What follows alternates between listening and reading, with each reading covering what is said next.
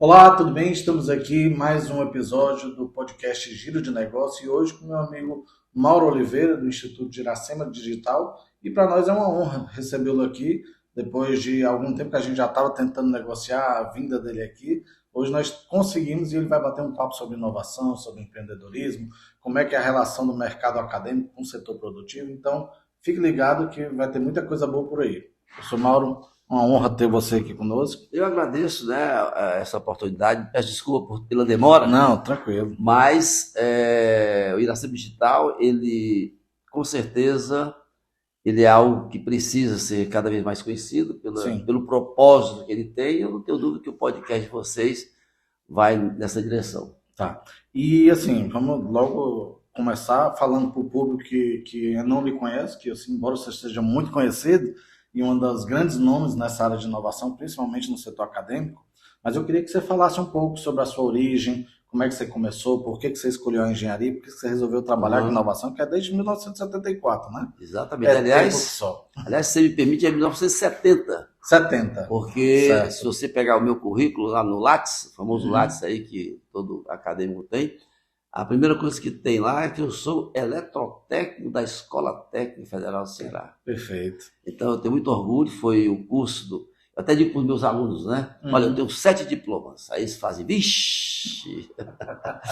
Eu digo, pessoal, eu estou falando que eu tenho 7 diplomas, para vocês saberem que o mais importante é esse diploma que vocês agora estão conquistando e que foi o diploma que realmente mudou a minha vida. Não foi meu doutorado, não foi pós-doutorado, nem foi mestrado, foi da Escola Técnica Federal do Ceará. Então, sendo justo com a minha história, né, eu sou eletrotécnico da Escola Técnica, por consequência, entrei na engenharia elétrica. Você nasceu aqui no Ceará, Nasci onde? em Fortaleza. Fortaleza. Né, mas meus pais são daquela região lá de Aracati, Jaguaruana, né? Uhum.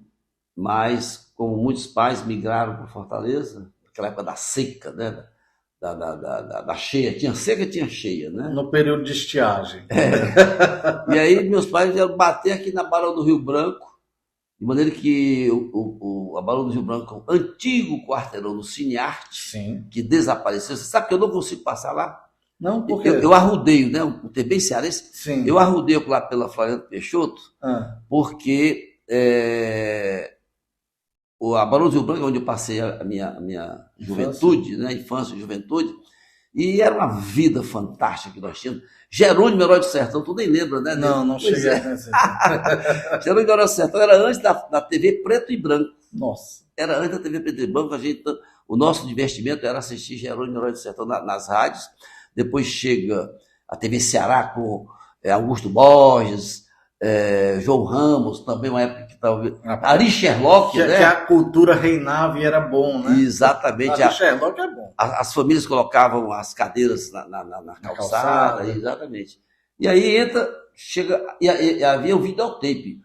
As novelas vinham no avião agora não lembro mais se era da Paner, sei lá, Paner, era e chegava havia os videotapes para poder a gente assistir, né, os programas lá do Rio de Janeiro. Não havia internet, não havia transmissão à distância naquela época. Isso nós estamos falando de que época? 70 ou 60? Olha, nós estamos falando dos anos 60. Certo. 60, né? Eu sou de 54, então os anos 60 e algum... A década de 60 é a década dessa transição do rádio para a TV preto e branco, depois chega a TV colorida, e depois chega a internet, né? Já no 1995, né? Eu usei a internet em 90, né?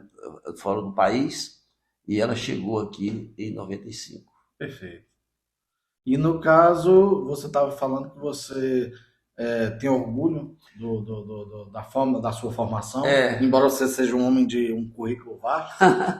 Eu acho que na vida da gente, você tem os pontos de inflexão, né? Que mudam a sua vida. E não tenho dúvida que a Escola Técnica me deu toda uma formação. Depois de aluno, eu me tornei professor, cheguei a ser diretor da instituição, né? E, bom, entrei também, eu tenho muito que agradecer ao UFC. Eu fiz engenharia elétrica na UFC, depois me mandei para o mestrado na PUC do Rio de Janeiro, Finalmente, acabei na França, fiz um doutorado, e essa é a minha história principal, acadêmica, Sim. né? Você chegou a fazer o pós-doutorado na King's College? Não? Eu tenho 2 pós-doutorados no King's College, onde inclusive lá tem uma coisa que chama atenção, porque o DNA, né? A turma do DNA é de lá, King's College, né? E também tive no Canadá, um pouco depois, e bom, enfim. Mas eu já aproveito para poder dizer o seguinte: pós-doutorado não é título, certo? O pessoal às vezes erradamente diz, ele é pós-doutor. Eu digo, não, pós-doutorado é um estágio, né? E é um erro que se comete com muita frequência, né? Quer dizer, rapaz, ele é pós-doutor, ele não é pós-doutor, não é um título, né? Ele tem um pós-doutorado que é um estágio que muitas vezes não passa de uma viagem muito bem feita pelo cara, mas que deu uma contribuição científica, ele dá. Sim, mas além da questão da contribuição, é importante compartilhar um pouco da história do professor Mauro, porque ele nos incentiva que a gente jamais pode parar no tempo. Ele está sempre investindo em conhecimento e isso é um benefício que nada vai poder tirar de você. Isso é uma conquista que ninguém vai poder apagar da sua vida, você leva até o fim da sua existência, quem quiser acreditar vai além. E uma coisa que você falou em pontos marcantes, né? A outra coisa marcante é um projeto que nós temos lá no Pirambu, né? O Pirambu Digital, que hoje, 20 anos depois, se tornou o Pirambu Innovation. Pirambu Innovation. É um projeto em que a gente dá oportunidades a jovens, né? E aí eu teria 1000 histórias para contar que eu não vou contar, porque tomaria todo o tempo, mas tem muito a ver com, eu acho que essa formação que a gente teve lá na escola técnica, essa ideia de dar ao jovem uma chance, e na hora que você dá essa chance, ele faz o resto. É uma outra coisa que esse país precisava aprender para ele ser menos desigual. É a questão da oportunidade. A oportunidade, é só isso que um jovem precisa, é a oportunidade. Eu teria 1000 casos para lhe contar, vou contar só um rápido. Nós temos agora, na inauguração do Pirambu Innovation, eu recebi 4 ex-alunos, um deles é o responsável por toda a logística do Norte e Nordeste da Coca-Cola, inclusive tem mestrado no ITA, e ele mesmo dizia que, olha, se não fosse a oportunidade, ele sempre explica e dá 3 segundos de emoção. Ele diz, eu seria um marginal. Né? Nossa. É fantástico. É forte. É fantástico, porque é isso que os governantes deveriam exercitar mesmo. Né? Se nós não investirmos nos nossos jovens, quem é que vai cuidar desse planeta, né? Dessa terra daqui a X anos? Então, é o que eu chamo, eu até falava com você antes, a política do óbvio. Tem coisas óbvias que não são percebidas, não são entendidas e, portanto, não são colocadas em operação. E uma delas é essa falta de cuidado com o nosso jovem. Mas o que você acha, já que você tocou num ponto que é bastante sensível para os nossos governantes, muitas vezes para as pessoas que não têm oportunidade, que de repente dizem assim, poxa vida, se eu não tenho forças para lutar pela minha situação, quem poderia me ajudar nesse sentido, a entrar nesse ecossistema e ter uma oportunidade? O que você acha que está faltando para que o setor público ande de mãos dadas com o setor privado, orquestrado pelo setor acadêmico para que a coisa funcione? Porque a gente vê muito isso, essa parceria, essa tríade funcionando bem lá fora. Isso é verdade. Na Europa, nos Estados Unidos, você vê muitas pessoas investindo e os governantes pensando a longo prazo. Que isso é uma coisa que falta aqui no Brasil. As pessoas pensarem além de 4 anos de um mandato. Pensarem há 20 anos, preocupar como o professor Mauro Oliveira aqui, que ele tem uma visão, que ele consegue pensar no coletivo, que ele consegue pensar assim, poxa, eu estou investindo hoje para que talvez nem eu venha colher os frutos disso, mas as próximas gerações possam ser beneficiadas. E quando você conta um caso desse, um exemplo desse, é de incentivar as próximas gerações a fazer o mesmo.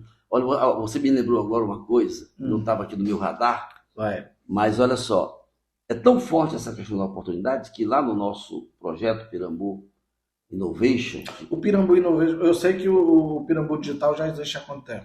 Existe desde 2004, ou seja, tem 20 anos. Então já são 20 anos. São 20 anos, é claro que eu viajei, estive em Brasília, né, como você sabe aí. Sei. E o Pirambu Innovation cumpriu sua missão. Eu agora, ao voltar para lá, voltei agora recentemente, a gente então está mantendo a oportunidade como sendo o mantra e nós repaginamos. Então a gente está colocando a questão da arte muito forte, Legal. né? A questão da cultura, a questão de que não adianta ter tecnologia se você não tem o básico afinal de contas, a vida é um ajuntamento de várias coisas. Então, Sim, a formação sim. do jovem, essa formação mais eclética, a gente está colocando, inclusive a questão da saúde mental, né? Nós temos lá salas de meditação, né? De bem-estar, porque nós estamos vivendo, você falava nesse instante da década de 60, que o pessoal botava as cadeiras nas calçadas. Isso. Olha a diferença que nós temos hoje, dos jovens de hoje, das pessoas de hoje, que vivem, né, nesses edifícios, nem se falam. Não cruza informação, não sabe quem é que mora do lado. Não sabe quem mora do lado, é completamente diferente. Então a gente cada vez mais precisa da filosofia, da cultura, da arte, em qualquer formação, na formação cidadã do nosso jovem. Mas eu ia dizer que essa história da oportunidade é tão forte, que me contaram recentemente, nessa minha volta, me contaram uma história, um episódio, primeira vez que eu conto isso, ao vivo e a cores. Opa, então a exclusividade aqui pra gente. E mais provocado aí pelo seu interesse, de que alguém que se aproximou lá do projeto era uma pessoa que não tinha uma boa reputação, todo mundo sabia que era uma pessoa, né, não vou usar nenhum adjetivo, mas era alguém que não era muito bem recomendado. Sim. E ele vinha... Um currículo sujo. Um currículo assim, não muito legal. Aí ele vinha com um jovem, né? E as pessoas sem entender, mas avisavam, cuidado que fulano está vindo para cá. E essa pessoa, ao chegar, disse lá para quem o recebeu, trouxe meu filho para que vocês não o deixem ser igual a mim.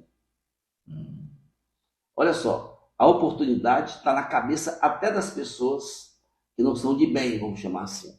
Sim. Que elas percebem que o filho dele, né? O filho dele precisa ter a oportunidade. E de repente, essa pessoa que não é de bem, mas se percebe que o filho tem que ter a oportunidade, ele tem uma percepção que muitas vezes falta aos governantes.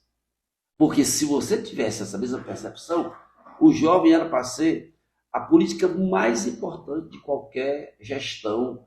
Isso aí, independente de partido, independente de ideologia, independente de localidade, né? E isso é o que realmente, eu diria que tem havido avanços, né? Na época que eu fiz Liceu do Ceará, que é outra entidade marcante da minha vida. Você tinha qualidade naquele tempo? Mas é importante dizer que tinha qualidade, é verdade, mas só tinha ela. Só tinha ela? Era a quantidade de pessoas sem acesso, né? Eu digo isso porque muitas vezes se fala, e é verdade, todos os grandes nomes aqui passaram pelo Liceu. Passaram. E a periferia, onde é que ela passava? Em canto nenhum, porque nós não tínhamos escola. Verdade.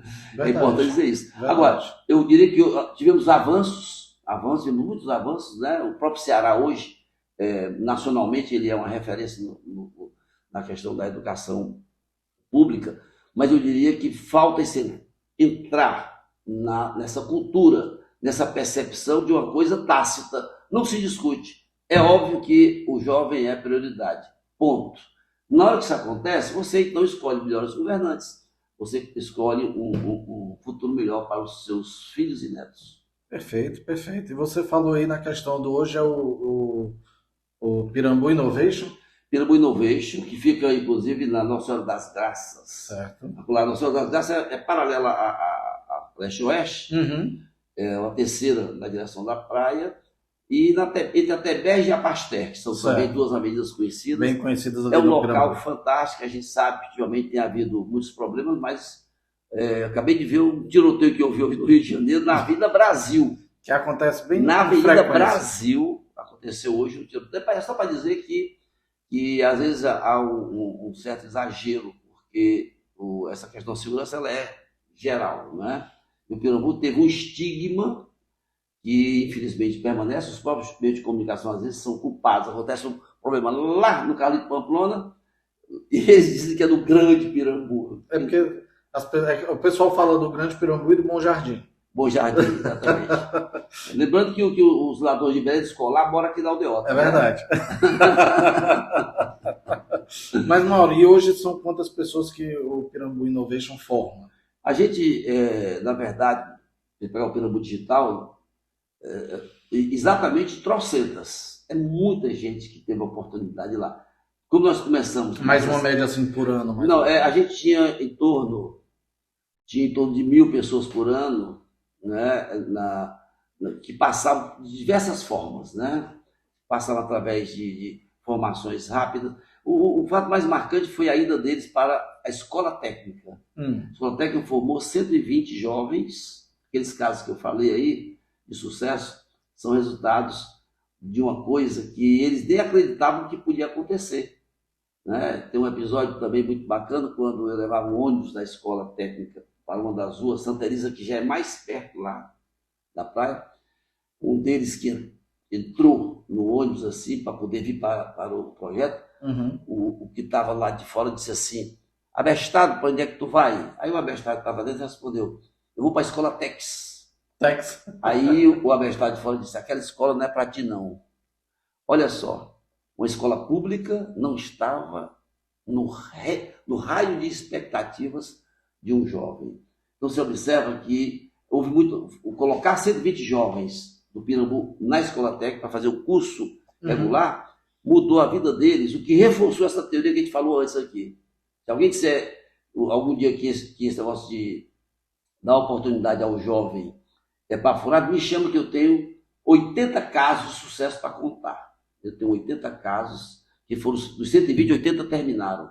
E esses 80 hoje, cada um tem a sua história. Temos alguns que são professores do IFCE, temos um deles, que eu não vou citar o nome, que é um empresário, tem 120 funcionários na empresa dele. Então, é para dizer que a oportunidade, né, é o segredo de um país melhor, menos desigual, a oportunidade do jovem. É verdade.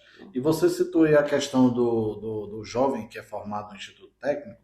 Para o mercado, muitas vezes esse jovem tem até formação melhor e mais qualificada do que a pessoa que está vindo de uma universidade particular.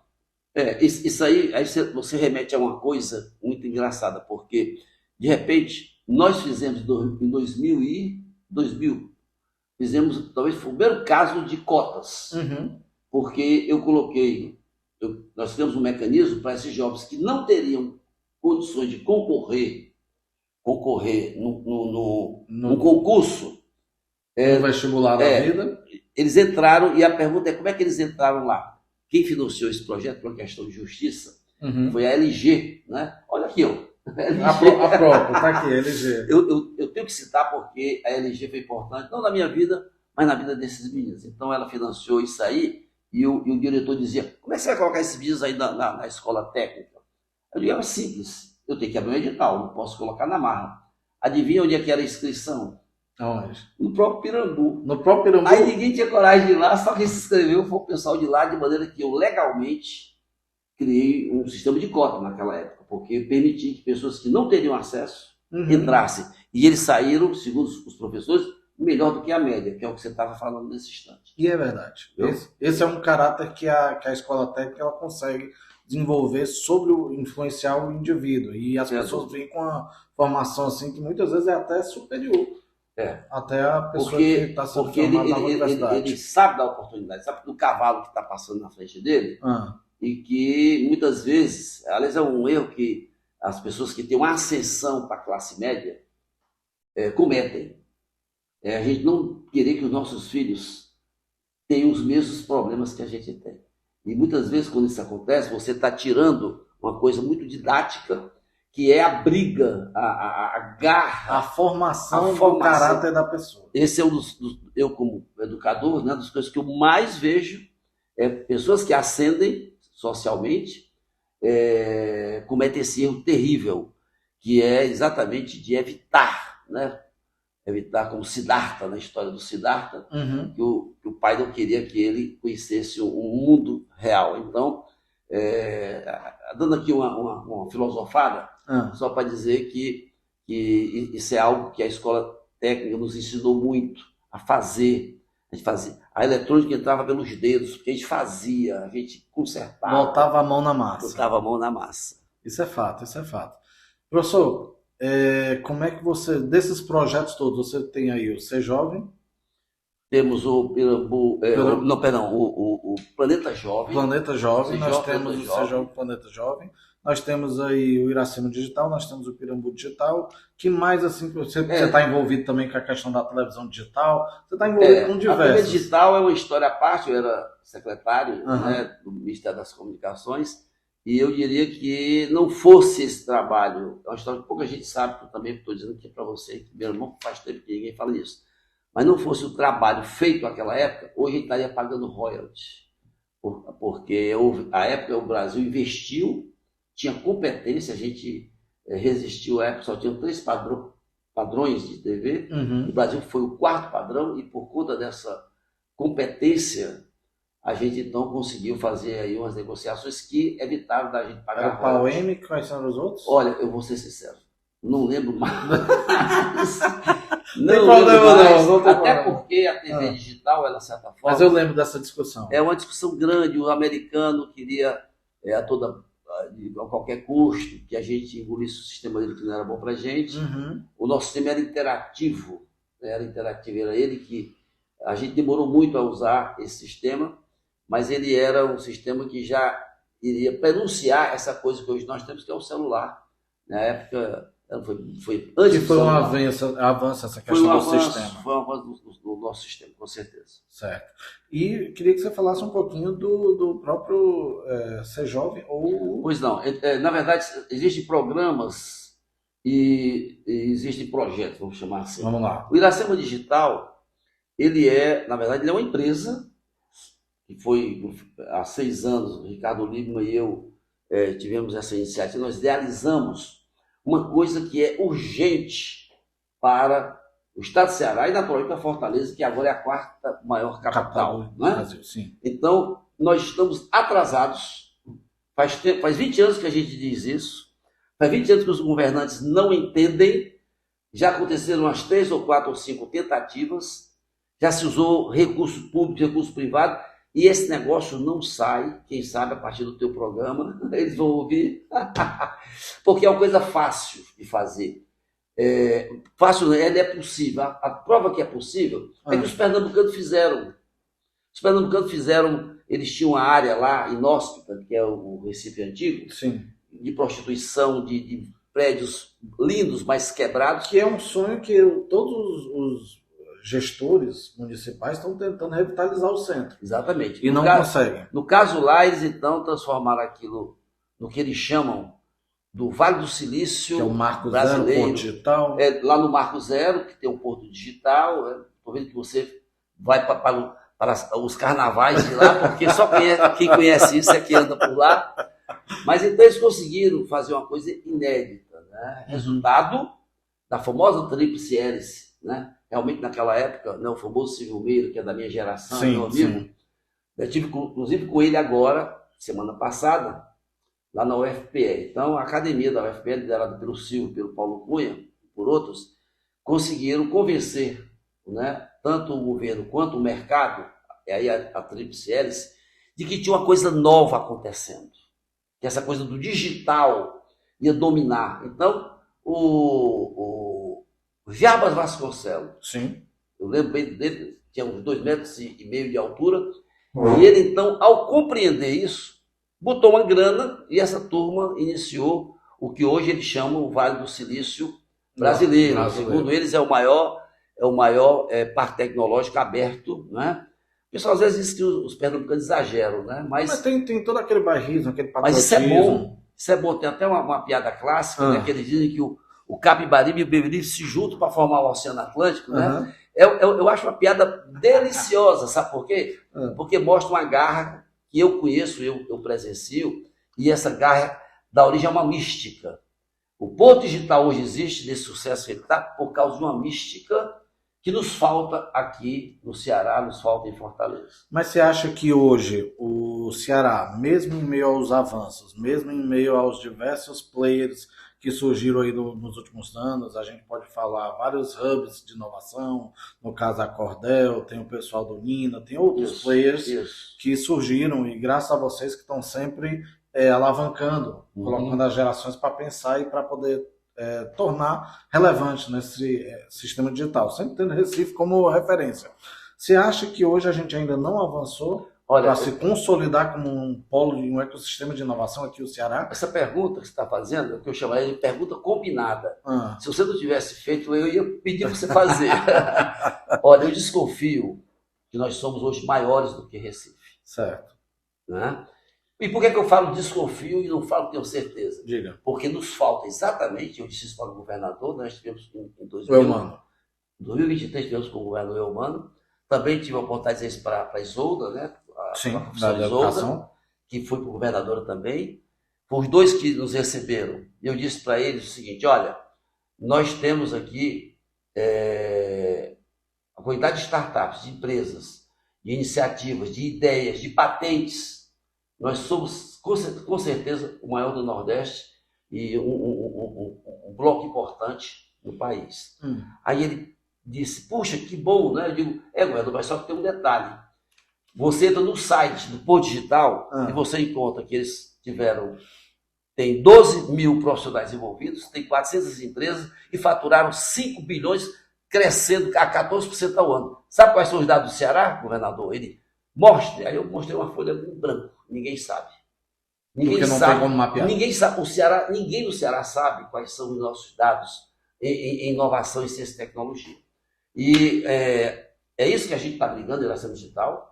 Se nós tivéssemos um ecossistema que nós não temos, e esse ecossistema precisa do apoio governamental, como teve em todos os casos que você passar, você teve apoio governamental. Você vai lá no Sapiens, em Floripa, Campinas, no próprio Porto Digital, eles tiveram apoio governamental. Então, por que eu estou falando entusiasmado de uma coisa que está nos faltando? Porque, como diz o bom, isso aí está na peinha de nada. Está faltando só aqueles 2%. Falta bem pouquinho aqueles 2%. Basta a visão de um governador ou de um prefeito, basta que você tenha a presença, porque existe um marketing aí, né? Existe um marketing. Eu até disse, até para o governador, se um marciano chegar no Brasil e quiser fazer negócio, ele não nos vê. Embora que a gente possa estar maiores, né? Estarmos maior do que Pernambuco e Salvador. Mas a gente não tem como contabilizar. Não tem como contabilizar, a gente não tem aquilo que é o ecossistema. Você pega lá a definição de ecossistema lá da biologia, são elementos que colaboram. A palavra ecossistema não existe em colaboração. E essa colaboração ela tem que ser, sabe o quê? Ela tem que ser articulada, ela tem que ser contabilizada e ela tem que ser colocada como combustível de uma política de desenvolvimento. Nós não temos as três coisas. Nos faltam as três coisas. Né? Repito, né? A gente precisa ter essa colaboração. Né? A partir dessa colaboração, a gente precisa ter um planejamento em cima dos dados que a gente não sabe quais são, para poder, a partir desse planejamento, a gente ter uma política pública, né? Na direção, sabe de quê? Do que nós falávamos aqui anteriormente. Na direção da política do óbvio. A política do óbvio é muito simples. Todos os países, sem exceção, que têm uma economia baseada na venda de conhecimento, na venda de tecnologia, na agregação de tecnologia aos seus produtos, eles oferecem melhor qualidade de vida. Exemplo, os nórdicos, Finlândia, aquela turma toda lá, né? A Nokia, que era uma fábrica de papel higiênico, né? Então, na hora que eles vendem isso aqui por 2, 3, 4, 5 mil, quantas toneladas de soja tu tem que fazer, vender, para poder equiparar? Para poder você... Então, a qualidade de vida deles é melhor, e aí esses números nós temos. O Brasil é o 8º, 9º na economia, e qual é a nossa posição no IDH? 67ª. Olha a disparidade de um país que tem a 8ª, 9ª na economia, que aí é o caso da Índia, né? O caso de outros casos terríveis, de péssima qualidade de vida, e que tem um PIB alto. Na verdade, a política do óbvio seria exatamente o seguinte: nós temos que investir no valor agregado aos nossos produtos. Essa é a política. Sabe quantos artigos eu já escrevi sobre isso? Exatamente, trocentos. Trocentos artigos dizendo exatamente. O artigo que eu escrevi, eu coloquei, sabe por quê? Eu coloquei nesse artigo: quando a República da Banana alimenta os inimigos. Porque a falta de uma política, que nós estamos falando, a falta, por exemplo, desse ecossistema, Sabe o que é que acontece? Todos os meus amigos estão com os filhos no exterior e não vão voltar. E não querem voltar. Todos não, perdão. Nem querem. Todos os filhos, todos os meus amigos têm filhos no exterior e muitos não querem voltar. Porque nós não temos uma política. Tem vários fatores, tem segurança, coisa e tal, mas nós não temos aqui uma política. Quer ver uma coisa? Você conhece algum estudo de universidade sobre os egressos, sobre os resultados? Das pessoas que retornaram? Do resultado, do investimento que a sociedade faz nelas. Ah, não sei. Sabe por que você não sabe? Porque não existe. Não tem? Não tem. O que é um absurdo, né? Se a gente quem financia os órgãos públicos, vem cá, qual é o custo-benefício das secretarias governamentais, federal, estadual, municipal? Sabe qual é? Ninguém sabe. Ninguém sabe quanto é que o custo-benefício de uma secretaria que é mantida pela gente. Então, essa questão de avaliar custo-benefício, resultados, não está na nossa cultura. Não está na nossa cultura, porque, de repente, você, ao ter esses dados, que muitas vezes não interessam, você poderia dizer assim, vem cá, por que você custa 10 vezes mais do que a outra aqui e você produz 10 vezes menos? Então, isso é algo importante que nos falta se a gente quer levar a sério essa questão de desenvolvimento. Se a gente quiser mensurar. E você citou um ponto importante, professor, por quê? Porque como a Loop, que é a empresa que leva aqui para o Vale do Silício, lá a gente aprendeu o seguinte, que cada funcionário ele tem que produzir o equivalente de 10 vezes o que ele vale. Que é o que a mentalidade lá, a cultura lá preza. Então eles têm isso na ponta do lápis, eles conseguem mensurar para poder tornar a empresa lucrativa. Outra coisa que acontece... Eu posso fazer só uma correção para poder eu não ser mal interpretado. Não, na hora que eu digo, por exemplo, que nos falta fazer essa análise de custo-benefício do serviço público que nós financiamos, eu não estou necessariamente defendendo que os modelos que não são estatais são perfeitos. Todos têm falha. É importante porque aqui no Brasil tem outro problema que aconteceu mais recentemente, que se você falar mal do Ceará, você é Fortaleza. Não, isso aí... Eu entendo. Isso ficou generalizado. Se você não gostar do azul, você é vermelho e vice-versa. Isso não existe. Infelizmente, na cultura brasileira, e isso aí é uma coisa muito delicada, que eu não vejo. Eu vivi 4 anos na França e era muito, muito normal as pessoas discordarem e não haver nenhum tipo. Aqui é impressionante. É impressionante, seja na política, na religião. Se você disser que não tem religião, o cara já acha que você não acredita em Deus, que é outra coisa completamente diferente. Você já é taxado de ateu. Você já é taxado de ateu, sem você ter dito, não, peraí. Eu não falei nada. Eu só falei que eu não sou dessas religiões que são invenções humanas, né? Mas Deus, puxa, é meu chefe, é meu cara, meu amigo. Então, essas coisas da polaridade, isso é um atraso muito grande, porque isso... Hoje, por exemplo, quantas famílias, quantas amizades foram desfeitas? Por conta de ideologia política. Por conta da ideologia política, desmantelou. É por isso que o Iracema Digital, onde é proibido o Iracema Digital, exceto discussões partidárias. Porque destrói realmente. Essas divergências, você pode ter direito à sua opinião, mas sem tomar partido, ou então achar que você está tomando um lado. Mas a cultura não é essa. Não, a cultura não é, está longe, concordo com você. O cara esquece até que o Ferrinho existe, né? Se você falar mal do Ceará, você é Fortaleza e vice-versa. E o Ferrinho, cara? Então, eu sou Ferrinho para poder ver se despolariza um pouco essa discussão.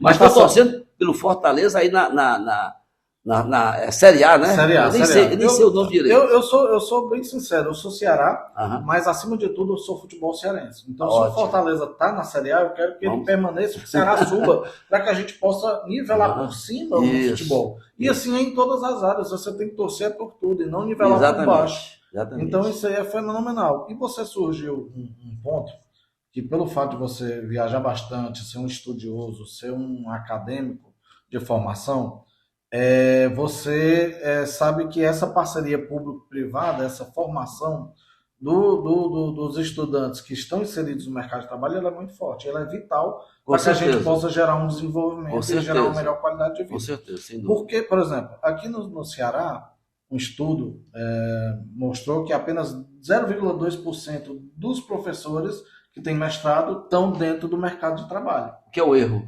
É um erro. Grande.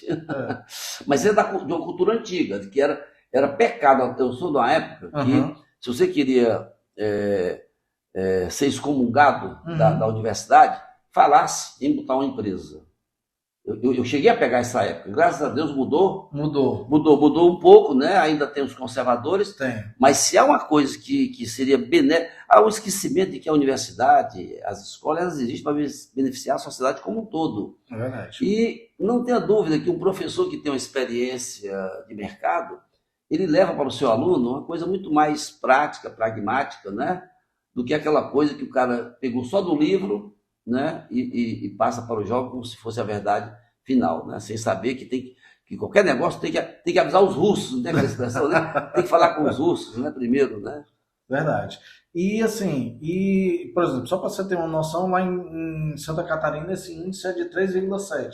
Nos Estados Unidos chega até 14, entre 14 e 17. E realmente é uma parceria que procura, de fato, pensar no bem coletivo. O que você acha que precisa mudar para que a gente possa ter uma cultura mais benéfica, pensando na população, para a sociedade como um todo aqui? Olha, os meus pares, às vezes, não gostam muito das coisas que eu digo, porque eu sou muito crítico da escola e, em especial, da universidade. Eu vou dar um exemplo. Pode falar. Mas já respondendo a sua pergunta, eu acho que o local confiável de mudança da sociedade deveria ser a universidade. Deveria ser, porque ela é o lugar das pessoas que resolveram estudar mais, ler mais, pensar mais, e, teoricamente, eles teriam mais tempo para estar fazendo propostas, né? Vou dar um exemplo da ausência da universidade que eu tenho publicado agora, publiquei recentemente um artigo, né? Eram os deuses cientistas, eu pergunto, donos da razão? Eram os deuses cientistas, aí eu boto Acorda Brasil, esse é o meu último artigo, em que eu digo exatamente o seguinte: nós estamos diante de uma situação que está me preocupando muito, que é a questão da IA generativa. Pronto, vamos já tocar essa questão também da IA generativa, ela ameaça a questão de emprego de uma forma muito diferente do que a IA já vinha ameaçando. Porque ela não é uma evolução, ela é uma revolução. Muita gente que não tem tempo de dar uma lida, né, começa a falar dessa IA generativa com a mesma lógica que ele tinha da IA tradicional, clássica, lá 15, 20 anos atrás. Né? Não, mesmo agora, mesmo que você pegue agora o Watson da IBM, né, que é uma plataforma muito conhecida, o Watson da IBM ele tem uma IA, que a gente chama IA cognitiva, muito evoluída. Faz até algumas coisinhas que essa agora está fazendo, mas ela tem uma tecnologia que não tem a mesma capacidade de revolucionar como essa que você, que com certeza, eu não vou nem te perguntar, eu sei que você já usou o ChatGPT. Sim. Olha só, o ChatGPT daqui a pouco, o que é que ele não faz? Né? Daqui a 1, 2, 3, 4 anos, ele já faz música, ele já faz poesia, ele já faz o roteiro, ele faz qualquer coisa que você disser e que o mundo saiba. Eu vou repetir, é a primeira vez que eu dou essa definição. Vai.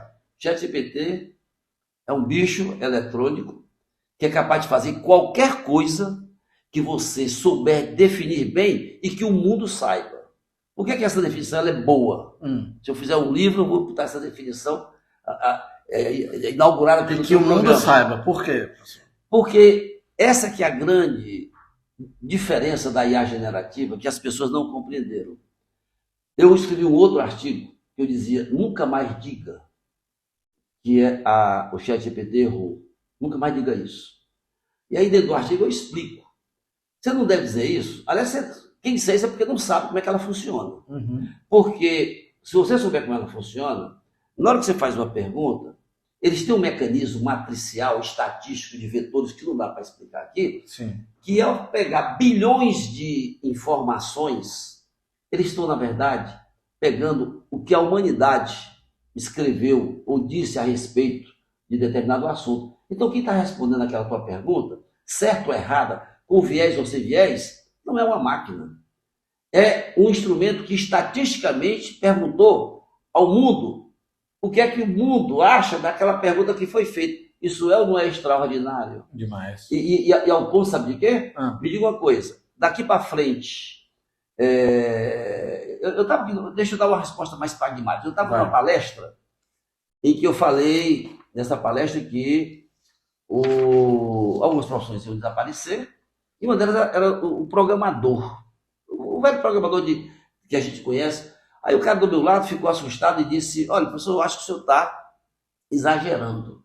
Como estava diante de uma plateia, eu resolvi não discutir, mas o meu amigo que estava ao lado, da G4 Flex, o famoso Geneflix, um cara extraordinário, ele disse assim: olha, a propósito do que o professor Mauro falou, eu tinha 20 programadores, agora eu só tenho um que faz auditagem.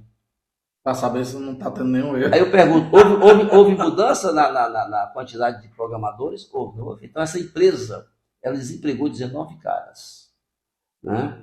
Você tinha falado numa proporção de 61%. O Fórum Mundial, Fórum Econômico Mundial, que todo mundo conhece, lá em Davos, ele soltou essa estatística para 2027. Bem aí já. 2027 só tem mais 2 Réveillons, né? E vamos aproveitar. Vamos aproveitar. 2027, 61% das profissões serão afetadas.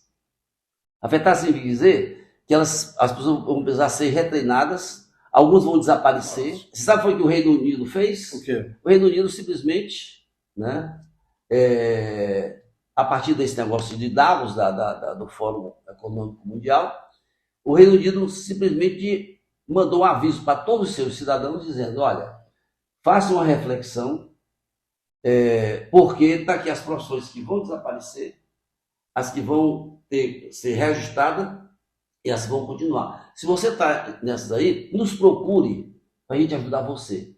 Não é uma atitude cidadã responsável de um governo. Aí eu pergunto: um governante que vai na onda de que a IA não vai desempregar, ele vai se preocupar com isso? Não. Os caras estão dizendo que não vai acontecer nada. Então, eu tenho essa preocupação muito forte, porque eu mesmo, né? Projetos que eu fazia em uma semana, eu estou fazendo em uma tarde. O que antes demorava uma semana. Demorava uma semana, demora uma tarde. Olha aí. E digo mais, eu faço uma música, eu tenho umas músicas. Você também é compositor. Elas não fazem muito sucesso, não, minhas músicas, certo?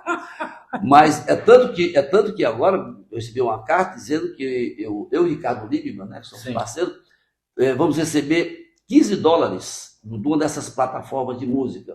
Spotify? Do Spotify. Agora, isso seria uma notícia muito boa se eu não tivesse gasto 40 para me matricular. Tá no prejuízo aí de 25.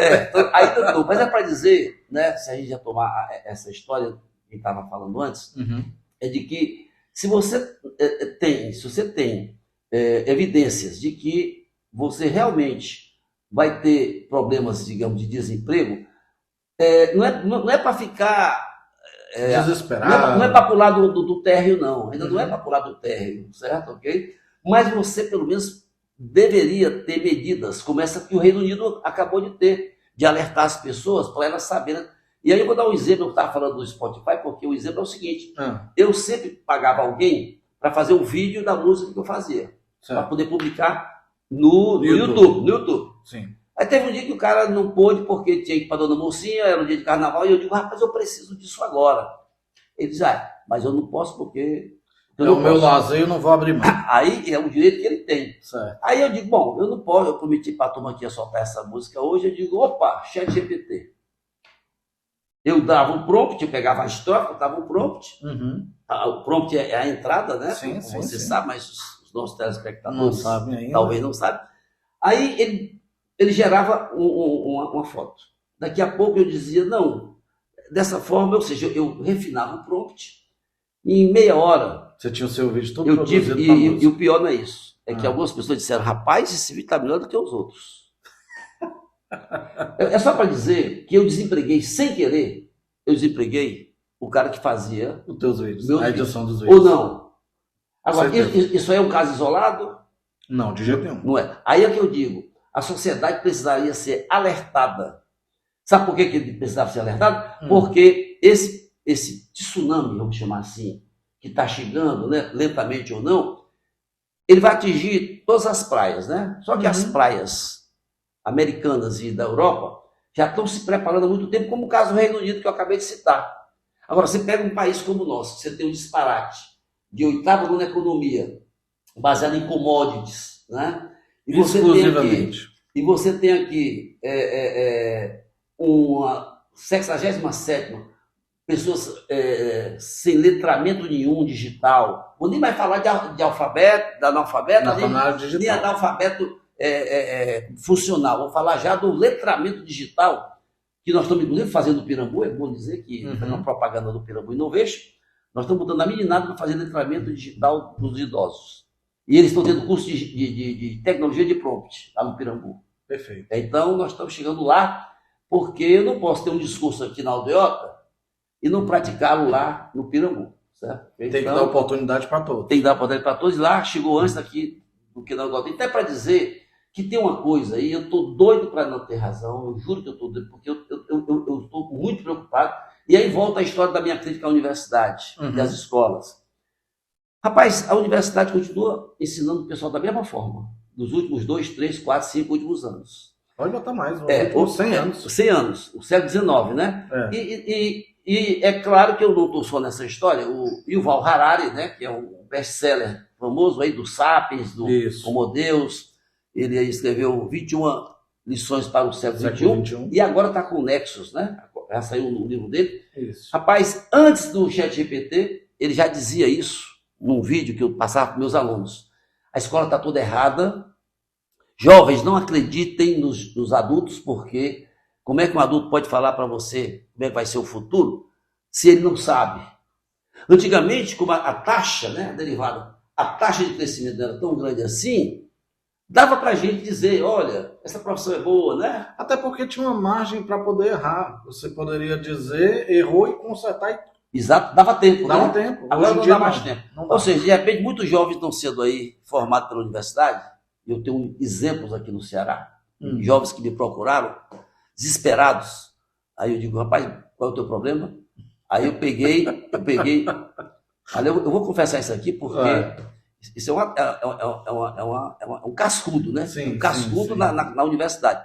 Aí eu digo, rapaz, peraí, me dá esse negócio aí. Entreguei pro ChatGPT, ele aquilo que era para o aluno, o estudante, era uma coisa assim que ele problemática insolúvel. Ele ia desistir porque não conseguia. De repente estava lá uma máquina que ele sabe que existe, mas nunca usou, e a universidade não está falando desse negócio para ele, né? Ou seja, era para a gente, eu disse isso para os reitores que eu conheço, não tem aquela história, para o mundo que eu quero descer, não tem? Sim. Para a universidade que eu quero aprender. Essa frase também é nova, estou dizendo pela primeira vez aqui no teu programa. Como é que é a frase? Para a universidade que eu quero aprender. Rapaz, gostei dessa frase, vou fazer um artigo amanhã com essa frase. Porque é importante a universidade ser a líder da sociedade. Sim. Ela tem que estar à frente. Eu tenho uma frase, das poucas frases que eu fiz, é de que uma escola que é reflexo da sociedade não serve para ela. Uma escola que é o reflexo da sociedade. Tem que ser o contrário. Ela tem que estar, eu nem queria o contrário, se você me permite. Ela tem que estar à frente, que não necessariamente é o contrário, certo? Sim. Mas foi bom você ter dito isso, porque os nossos alunos que estão nos assistindo agora, né, porque isso aqui está muito bacana, graças às suas intervenções inteligentes, não necessariamente o contrário, mas ela tem que estar questionando, por exemplo, era ela que era para estar dizendo essas coisas que eu estou dizendo, e tem gente já chateado comigo, porque achando que eu sou distópico, porque achando que eu estou dizendo que as pessoas não estão lendo. Tem que ler para poder entender que nós estamos dentro de uma revolução. Então, quem era para estar fazendo isso? Era a universidade. Era a universidade, porque ela foi criada para isso. A universidade é diferente de uma faculdade. Toda vida que tem um aluno que diz que é a mesma coisa? Que chama o IFCE de faculdade, eu digo, eu vou te dar uma chulipa à distância, uma chulipa. Porque uma faculdade é quem dá curso superior. Sim. Uma universidade ela tem que ter extensão, tem que ter pesquisa, tem que pensar na universidade, tem que fazer um movimento e não ficar esperando, né, com a boca escancarada, cheia de leite. Estou cheio de curso aqui, procuro. Esperando o futuro chegar. Né? Já diria o nosso Raul Seixas, exatamente. Mas assim, você falou pontos que são assim preocupantes com relação às profissões. Na sua opinião, quem são as profissões que a gente deveria estar preocupado e como é que a gente teria uma forma da gente reverter, reinventar a universidade, como é que seria? Excelente pergunta, viu? Excelente pergunta. Bom, primeiro, o Harari coloca algo parecido em relação a isso, né? O Harari, no speech que ele deu aí recentemente sobre o futuro da humanidade. E, primeira coisa, ele diz que é claro que aquelas profissões ligadas à questão motriz, né? Os robôs ainda vão demorar muito tempo a ter um tipo de locomoção para ser assim uma ameaça ao emprego. Então, por exemplo, enfermeira, todas essas coisas que são muito... O mecânico, essas profissões que são motrizes, físico-motrizes, elas são mais protegidas. Mas todas aquelas que têm, tipo call center, que tem alguém lá falando, essas vão desaparecer no próximo ano. Aqui no Ceará, nós estamos preparando algumas que se a gente não fizer isso, vê um cara de São Paulo e já arrasta. Agora, além dessas, que são os call center, que você facilmente, se alguém tem dúvida, né? Hoje, na hora que eu estava vindo para cá, eu vi uma coisa ridícula uma dessas rádios lá de fora, né? Que toca aqui também. E a mulher diz assim, não, porque o computador jamais vai fazer as coisas com a mesma criatividade que a gente faz. Isso não é verdade. Tem até Isso não é verdade. Tem até um Agora, dá vontade de dizer, sabe por quê? Porque esse apego ao humano, né, que a gente tem, o que é bom. Sim. Mas o desconhecimento que se tem... Rapaz, hoje, na hora que você disser, porque já GPT uma coisa, e ele disser, basta você pedir para ele dizer diferente, ele faz. Eu tinha um amigo, jornalista, que uma vez eu fui na casa dele tomar um Malbec. Sim. E eu disse para ele, vem cá, deixa eu te mostrar aqui o ChatGPT, né? Aí, pede uma poesia. Ele pediu, eu digo, diz aí o estilo, ele, Patativa. Aí, ele ficou assustado. Eu digo, manda fazer aí outro estilo aí do Fernando Pessoa. Cada vez que ele mudava, ele ficava assustado. E eu disse assim, vem cá, eu não te disse tudo isso? Ele falou, disse, mas quando vejo é outra coisa. O impacto é diferente. O impacto é diferente. Então, é só para dizer que muita gente está falando, né? Muita gente está falando sem conhecimento e está prestando um desserviço à nação de terceiro mundo, socialmente, que é o nosso caso. Sim. Porque as nações de primeiro mundo, os caras não estão dizendo essa bobagem, estão se preocupando, como é o caso do Reino Unido que eu te falei. Entendeu? Então, é uma situação... por exemplo, então, agora vou dizer a relação de pessoas... Vamos lá. Todas as profissões que dependem de conhecimento, nada tátil, né? Nada tátil. Não estou falando do médico, não, tá? E detalhe que os robôs estão vindo aí para substituir. Mas eu separei. Observa que eu vou dar um salto, daqui a pouco eu dou outro salto. Um salto pequenininho para daqui a 2, 3 anos. Todas as profissões que dependem de conhecimento. Tem aquele cara que era advogado, só ele sabia todas as leis do universo. Só ele sabia fazer uma petição. Isso vai desaparecer. Então, jornalista, professor, psicólogo, advogado, eu não estou dizendo que não vai mais existir. Você que está nos ouvindo e não está gostando do que eu estou dizendo, eu não estou dizendo que todos vão ficar sem emprego. Não estou dizendo isso. Estou dizendo, sabe o quê? Que aquele camarada que o produto que ele vendia era a informação, aquela informação generalizada, esse aí está com os dias contados.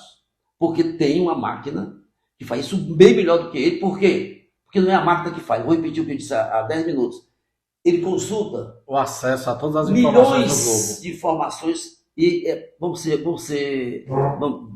ser menos, digamos assim, vorazes com a nossa vaidade. A gente não sabe mais do que todo mundo do mundo, né? Então você tem o teu conhecimento que de repente é comparado com o conhecimento de milhares. Se você souber fazer o prompt, a pergunta bem feita, aquela máquina, que ela nunca erra, porque não é ela que fica, ela representa a estatística de milhares. Será que milhares sabem mais do que você? Provavelmente, né? Com certeza. É isso que não entrou na cabeça dessas pessoas que dizem a bobagem de que a IA não vai substituir o homem. Vou dar outro exemplo para poder a gente sair daqui. Eu coordeno um grupo de pesquisa que tem 10 doutores em computação, da UFCE, 10 doutores em médicos da Fiocruz e mais 10 desenvolvedores. Eu coordeno 8 pessoas. Todo dia a gente conversa, todo sábado a gente faz uma análise. A gente usa o ChatGPT para fazer análise de sentimento na saúde mental do idoso. É um produto que nós vamos lançar. Já existe algumas coisas parecidas lá fora, mas é um produto que a gente termina agora. Esse ano ainda está terminando. No Brasil ainda é inovação. Ainda é, mas eu desconfio que tem muita gente fazendo, porque análise de sentimento interessa a tudo. Interessa para a venda. No nosso caso, a gente está fazendo para a questão do idoso. E é uma das coisas que as pessoas estão buscando, é parte da humanização da máquina, que é responder um problema que diz assim, pois é. Aí deixa eu te mostrar aqui uma vantagem. A minha mãe, Dona Angelita, que morreu aos 99 anos, no ano antes da Covid, né? Sim, 2019. A gente acha que foi de uma inteligência dela, né? Puxa, vai ter essa Covid aí, deixa eu partir logo, né? A gente torcendo que ela fizesse 100 anos e ela teimou com a gente. O que importa é que minha mãe ligava para o Banco do Brasil todos os dias. Adivinha para quê? Para saber... Opa! O saldo dela ela já sabia. Não, mas a questão do investimento? Não, ela não tinha investimento. Isso seria o quê? Mamãe ligava, é normal, essa pergunta é só para poder criar emoção aqui em quem está nos escutando. Todo mundo que eu pergunto não acerta. Então fica tranquilo que é normal. Ela ligava e quando ela passava 1 hora conversando com o gerente, eu chegava lá e dizia: ô meu filho, que moço bacana esse moço do Banco do Brasil que passa 1 hora conversando comigo. O cara não passava 1 hora conversando. O cara sabia, dizia: dona Angelita, tudo bem? Aí o cara deixava aqui, ia daqui a pouco. É mesmo? Ela tinha 99 anos. Ela queria conversar com alguém. Ela queria desabafar. Queria desabafar, queria contar, queria ocupar o tempo dela. Sim. Muito bem. Isso chama na psicologia escuta compassiva.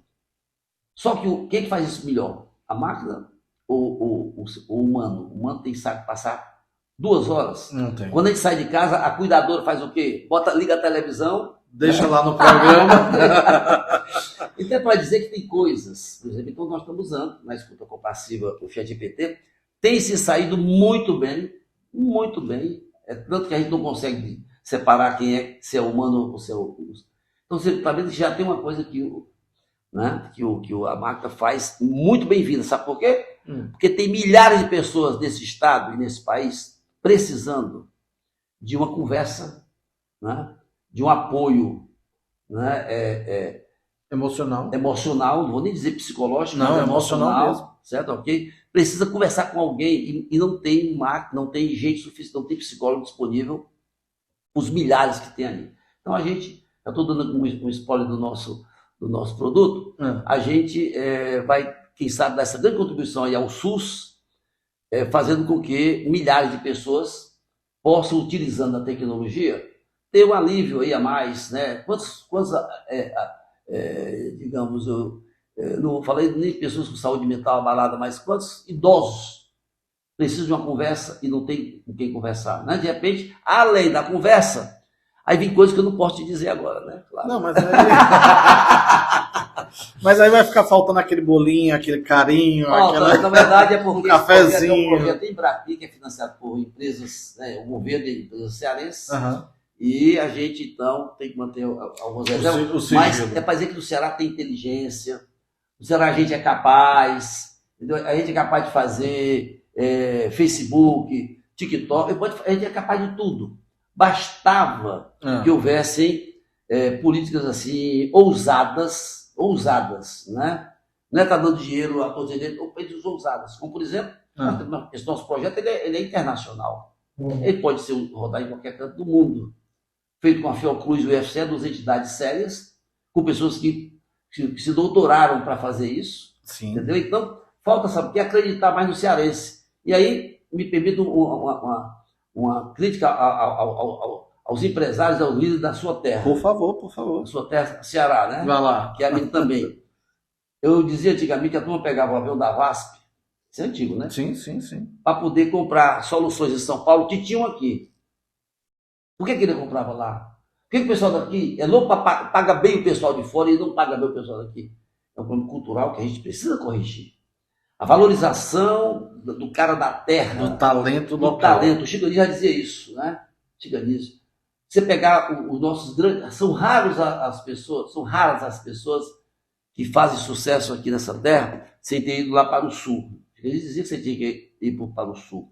E quem mora aqui há muito tempo percebe isso facilmente, né? É verdade. Percebe isso facilmente. Empresas daqui que são competentes, de repente, vem uma lá de fora, vai só dar o papel, o parecer, né, de pessoas iluminadas, ganham dinheiro de consultorias aí, né, quando, na verdade, os fazedores que estão aqui não são necessariamente vistos nem valorizados. Mas que tem uma competência, às vezes, Não até tenha superior. dúvida. Não tenha dúvida. Olha o Ita chegando aí, né? O Ita está voltando aí às origens. Aí, mostrando que o Ceará tem uns cabeça boa aí. E que vale a pena reter, né?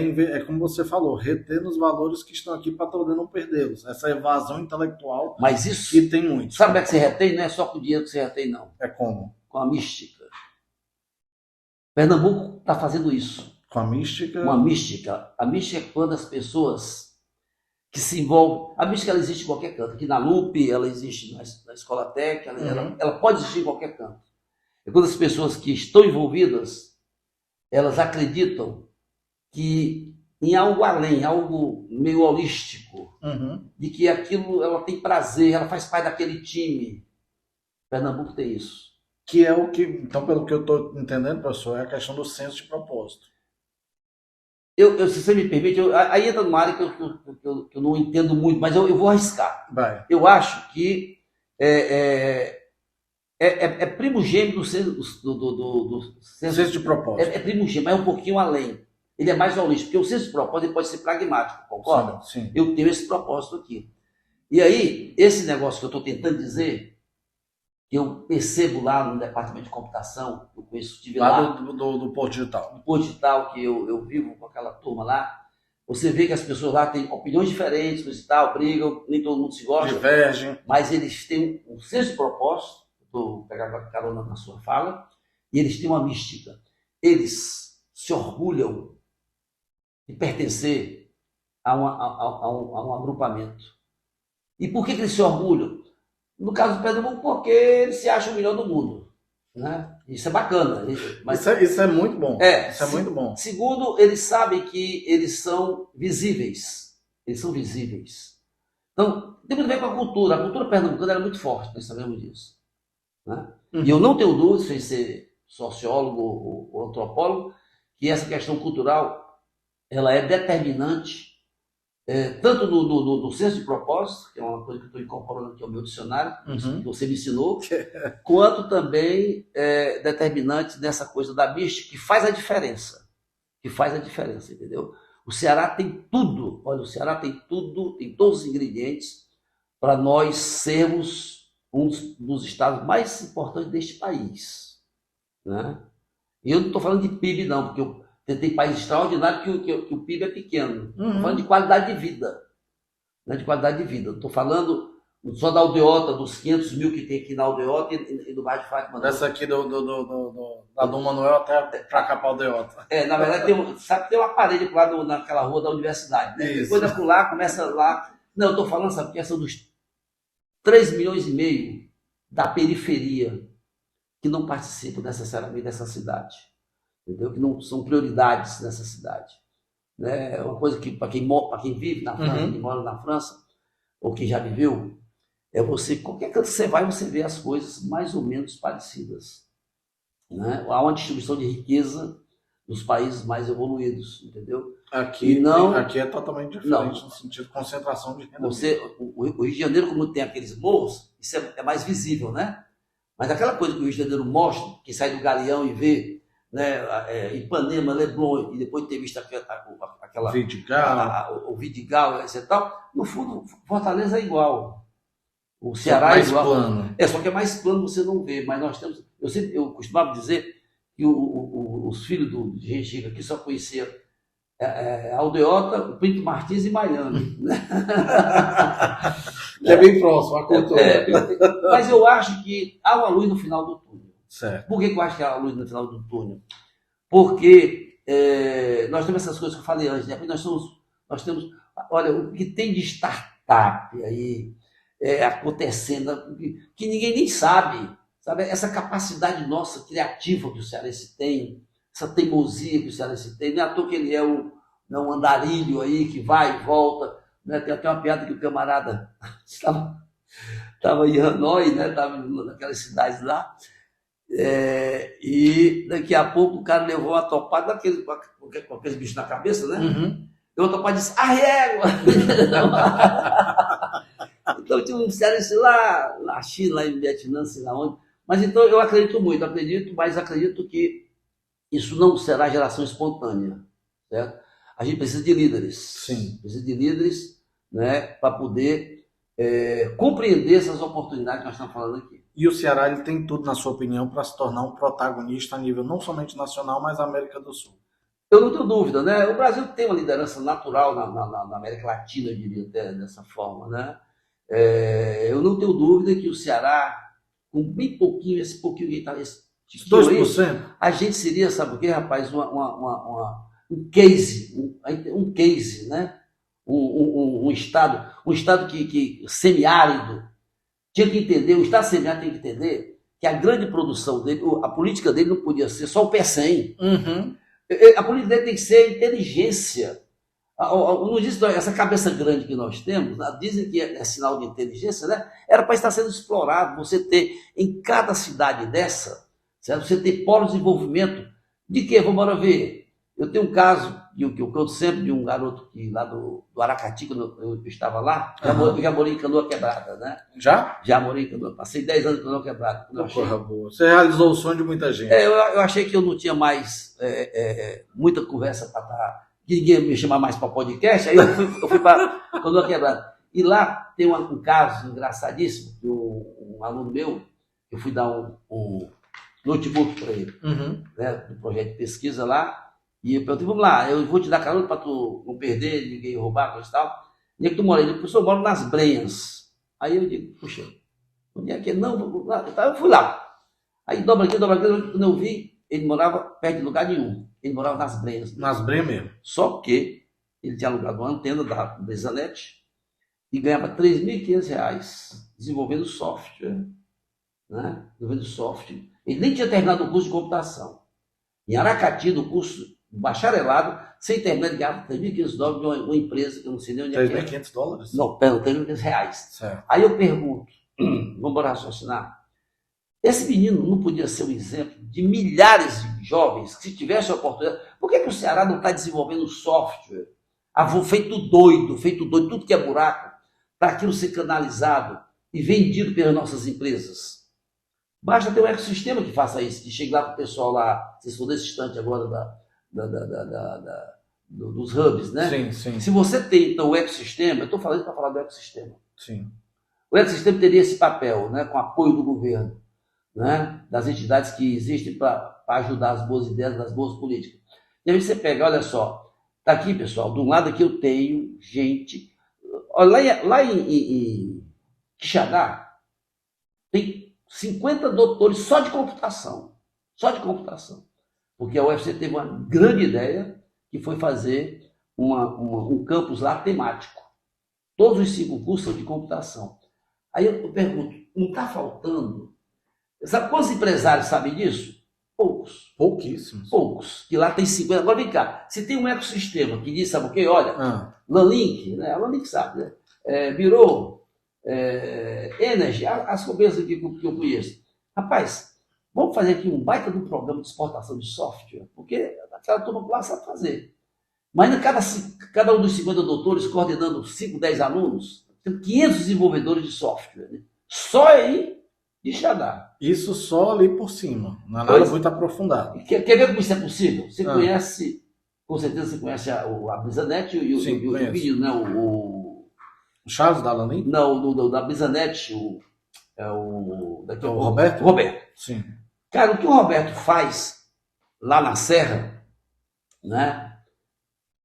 Cara, é um exemplo de que é possível. Que tem, não tem um jovem lá por perto.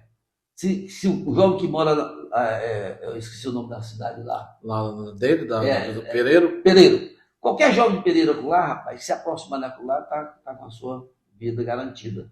Porque o próprio Roberto, né, que a gente conhece, ele tem na cabeça dele, a versão de que pode acontecer com aquele garoto que aconteceu com ele, né? Que foi em frente, foi atrás. A história do Roberto venceu, é linda, né? É fenomenal. A história do Roberto é linda. Fantástica, é fantástica. Agora, quem é que podia ajudar nesse negócio aí? Quem podia ajudar? Não, quem tinha obrigação de se meter nesse negócio é o governo, sabe por quê? Porque ele existe para isso. Ele é pago para isso. Ele não é pago para ganhar a eleição. Ele é pago para poder gerar oportunidade, para poder gerar transformar políticas públicas que transformem e melhorem a vida das pessoas. Então você tem casos, esse case do Roberto, né, que eu citei. Né, como tem outros que também as pessoas não têm conhecimento. Não tem conhecimento, mas é o que eu estou falando. Falta, no nosso caso, agora puxando um pouco para o Iracema Digital, o que falta é uma política pública que a gente briga há 6 anos, a gente gratuitamente, sem fim lucrativo, a gente gasta lá o nosso tempo, mas... Investindo na mística. Investindo num ecossistema que tem a mística. Essa mística ainda não existe no Ceará. Ainda não existe. Não existe. Perfeito. Tá? Mas a gente acredita, né, que ela é capaz de existir. A gente precisa só... Né, eu diria que dentro do Iracema Digital já tem um pouquinho dessa mística. Quando a gente se encontra, as pessoas... A gente marca um encontro, as pessoas vão e ninguém sabe por quê, mas há uma coisa boa em se encontrar. O que está faltando agora é pragmatizar isso em resultados.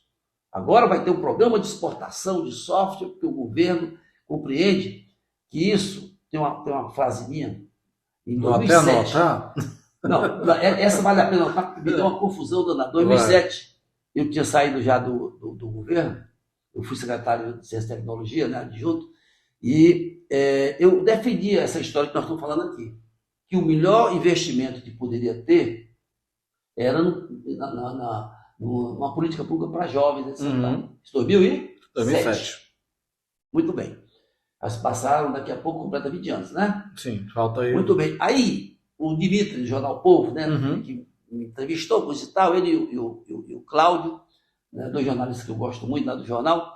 Aí, quando eu estava saindo assim na porta, aí o Dimitri disse assim: Mauro, esse negócio que tu está falando aqui para mim é importante mesmo? Eu digo: rapaz, isso é melhor do que a refinaria. Essa frase, eu disse assim, saindo, foi manchete nas páginas azuis do jornal. Isso é melhor que a refinaria. Naquela época era pecado venial, não. Venial é aquele que sai para o purgatório, né? Sim. Era pecado mortal você dizer qualquer coisa contra a refinaria. E foi muito tempo especulado como uma salvação da lavoura. E até agora, né, a nossa refinaria, né?